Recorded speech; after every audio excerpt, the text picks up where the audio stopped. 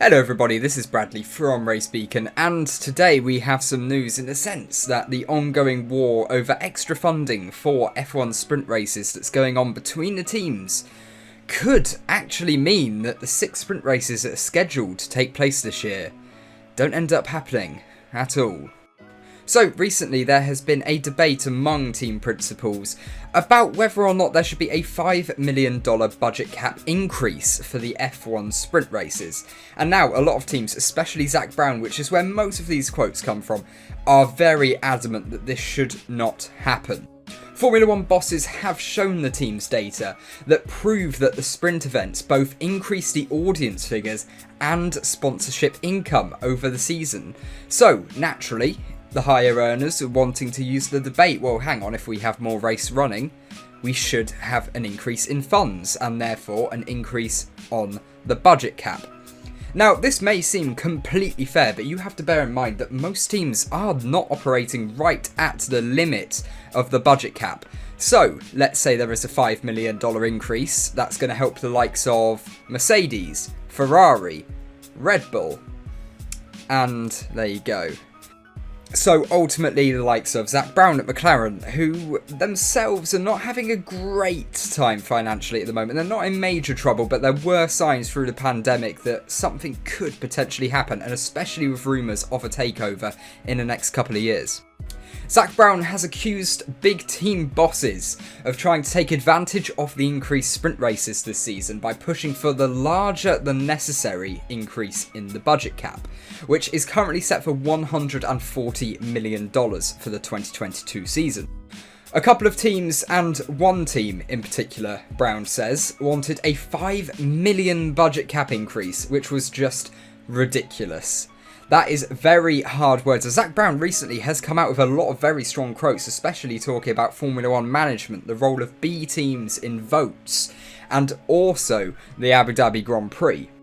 Zak also added that there are no rational facts behind it. When you challenge them, they go to what if and could, and you've got to anticipate.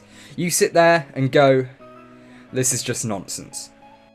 F1 rules state that for a change in the rules to be instigated in the calendar year they are taking place, so these are effectively mid-season rule changes, you will need a majority with 8 teams to agree to it.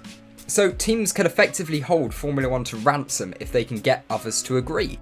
And this is where Zak Brown's frustration with B teams really comes into play, because we all know Helmut Marko has weight over AlphaTauri, and since they have an equal vote, and therefore 2 votes between them, they have much more weighting, and therefore Red Bull can assist in holding the FIA to ransom. Zak also said, and maybe there can be a compromise raised, and we raise it a little bit, and we start in 2022, or we skip 2022, and a couple of these teams should have to explain to the fans why there is no sprint races in 2022. Zak said the row over sprint races was one example of a problem with F1 governance, which he has recently been very critical of, where the voting protocols are exploited by the big teams pressuring smaller outfits with whom they have links to vote in their favour. In order for the sprint races to be implemented this year, the agreement of 8 teams is needed, especially since sprint races for this season are not written in the rules.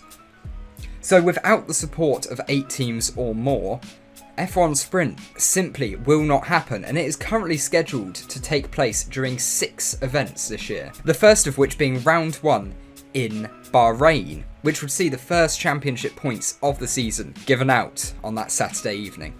But what do you guys think? Do you agree with Zak Brown? And ultimately, what are your thoughts on an increase in the budget cap? Is that a fair argument that the big teams should be able to spend more due to the sprint races?